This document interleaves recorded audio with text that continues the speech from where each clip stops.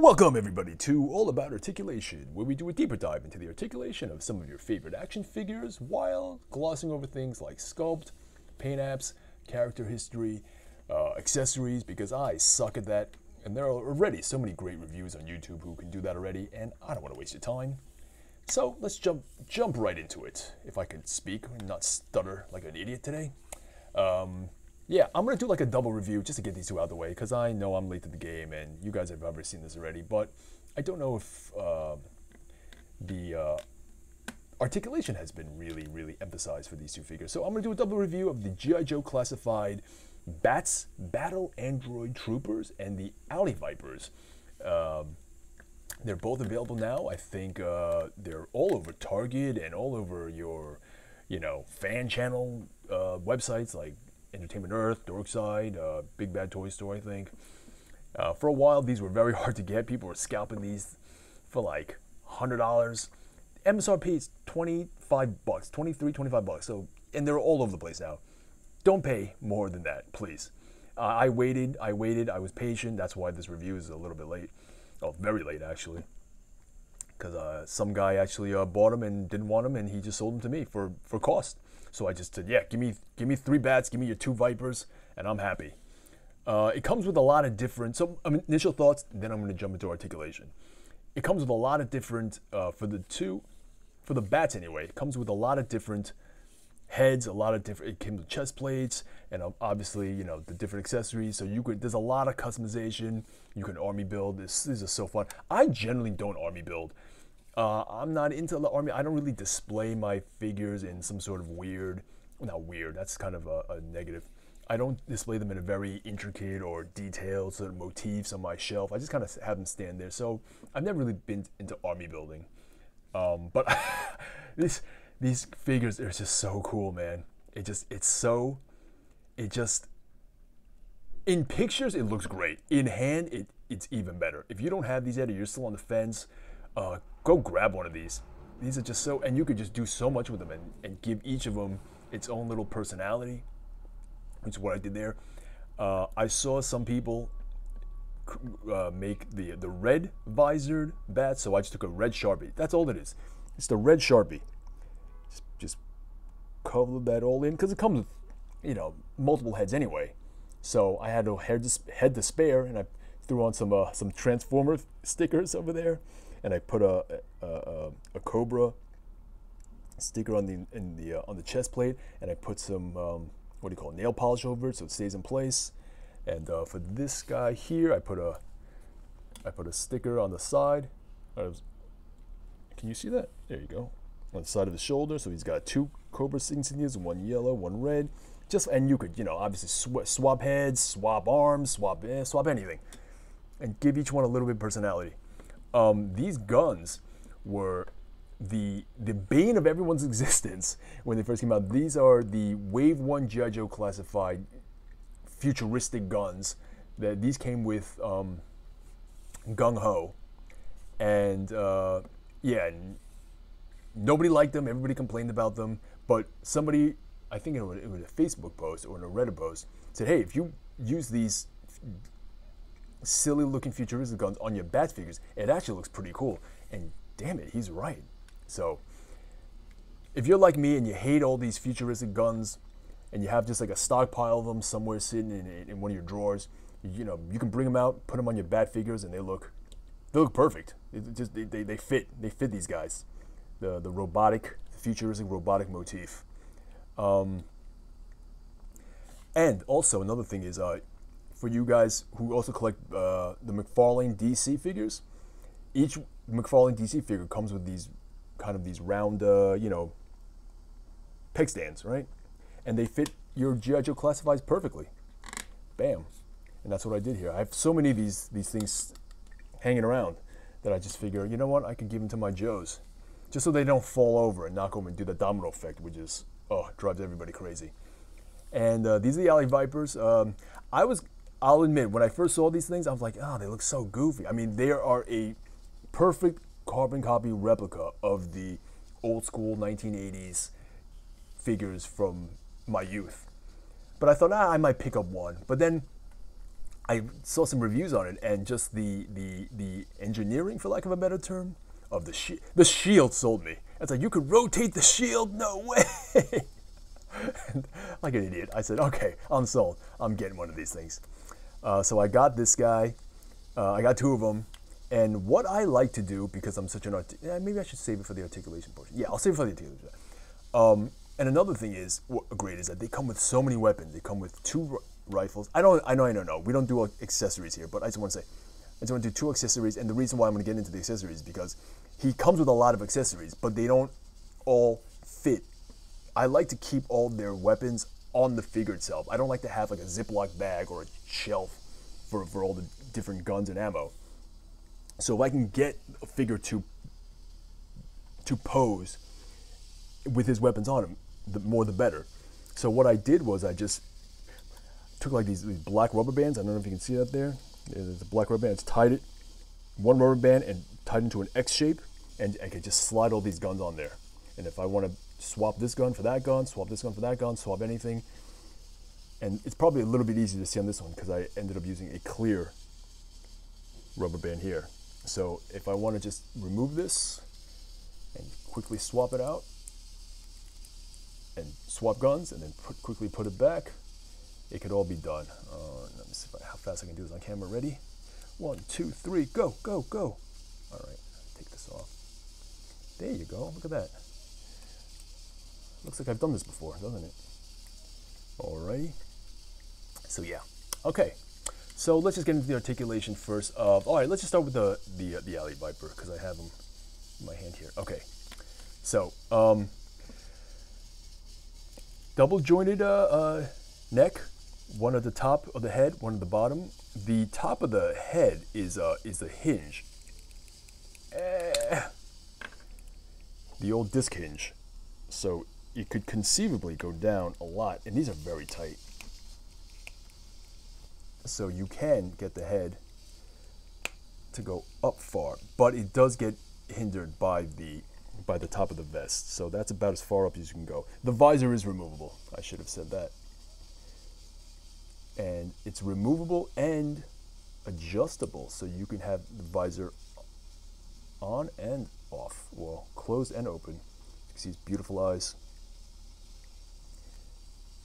Beautiful. Frank Sinatra, baby blue eyes, baby.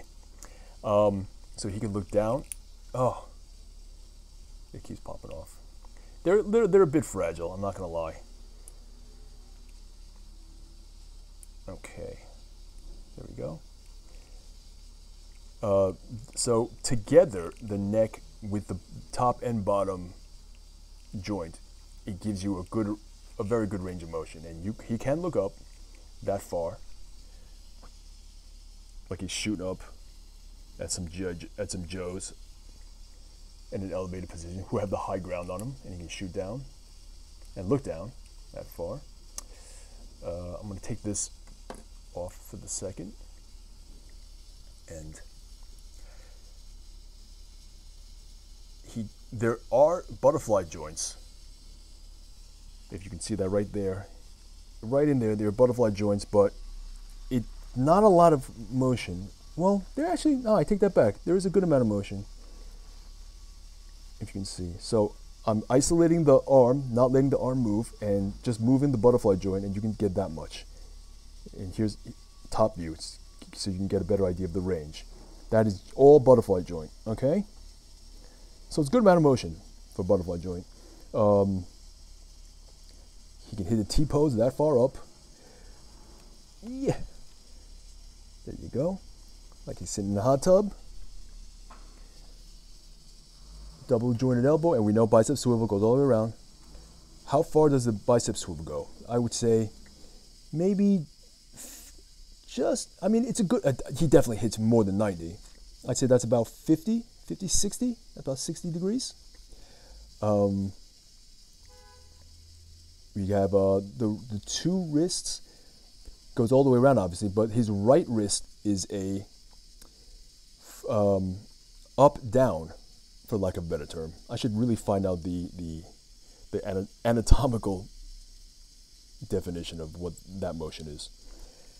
And his left hand goes in the side-to-side motion, which is more for a pistol holding. So I would put the pistol in his left hand and any sort of larger firearm, or maybe his shield in the right hand. He does not. There is an ab crunch underneath the vest. So what I like to do, now that we're going to get into the ab crunch, what I like to do is that I like to take the vest off for a lot of my Joes. I do this with all my Joes with the vest on. Since I have two alley vipers, I left this vest untouched. And what I did here is, let me take this shield off so you can see it better.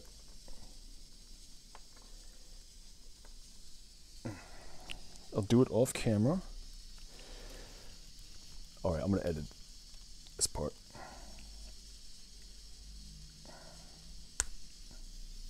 And I'm back. Okay.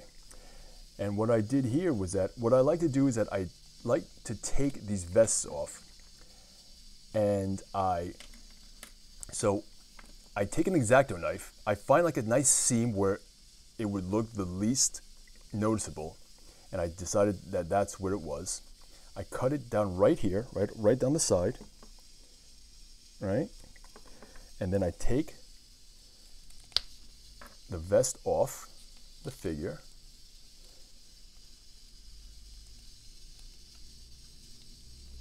And then what I do is that I have these small little, these magnets.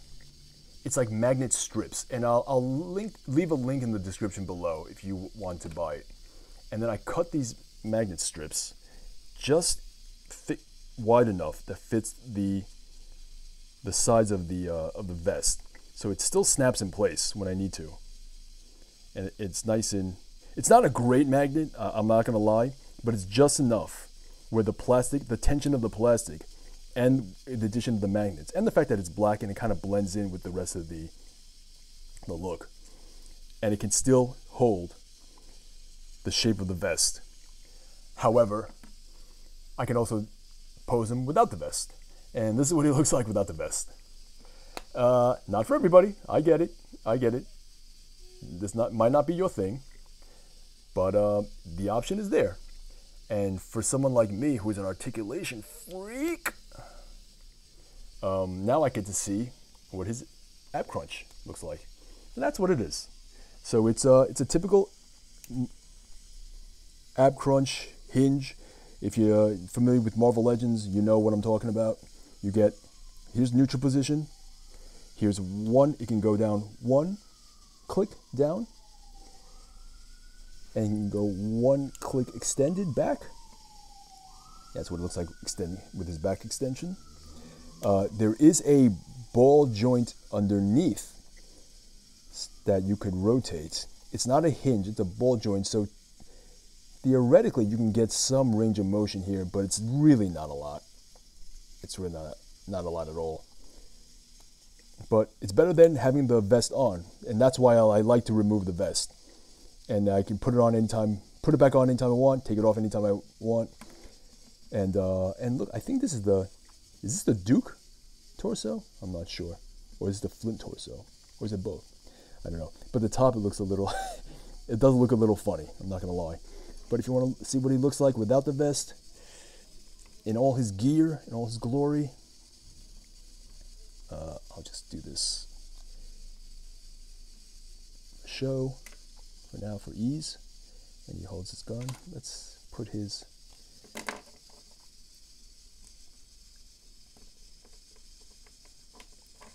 sidearm. And as I said before, his left hand is more of a pistol holding, wrist hinge, and the right hand can hold more of his, and you could take the hands off and swap around, move around the that knife sheath. And that's kind of what he looks like without it. So he could do more of a pose if you like, posing your figures in a more dynamic position that unfortunately with the vest on he cannot do. So yeah, Just imagine that. It's kind of cool, you know. I like it. It's not for everybody. I know. You're gonna call me an idiot, and if you want to call me an idiot, go ahead. I don't get mad. I've been called worse. Yeah. Oh my God, the beating I take sometimes from some of the comments. But I'm used to it. Okay. Anyway, so yeah, so that's just another option for people, and maybe I should do a tutorial on the what do you call it? On the vest. If anybody's interested, are you interested? If you're not interested, I'm not gonna do the video. But if you guys are interested, oh yeah, how'd you do that? Can you just show me how it's done? I'd be more than happy to. Yeah, I could put together a quick video, take 5 minutes. I'll show you. I did it on all my Joes. Every Joe with like one of these hard vests that hinder ab articulation, I do that too. I just find like a nice seam where, see, I didn't do it on this side because of that pouch, so I did it on this side. Cut it right down the middle with my X-Acto knife, and just crazy glued these 2 small pieces of very pliable. They're very soft, pliable magnets. And I glue them on, let it dry, and then now they can still snap in place, and they kind of stay in place. And I can put the vest back on anytime I want. Okay, so that's the Alley Vipers. Let's move you fellers to the back, and we're gonna do a quick B.A.T review. Let's move these fellas to the front. Okay, love these dudes. These are my guys right here. These are my androids, my robots, my Terminators. Okay, so we all know what we're getting into, right? I'm gonna take this off. We all know these by now. I'm sure you've seen all the pictures. You know everything there is to know about this.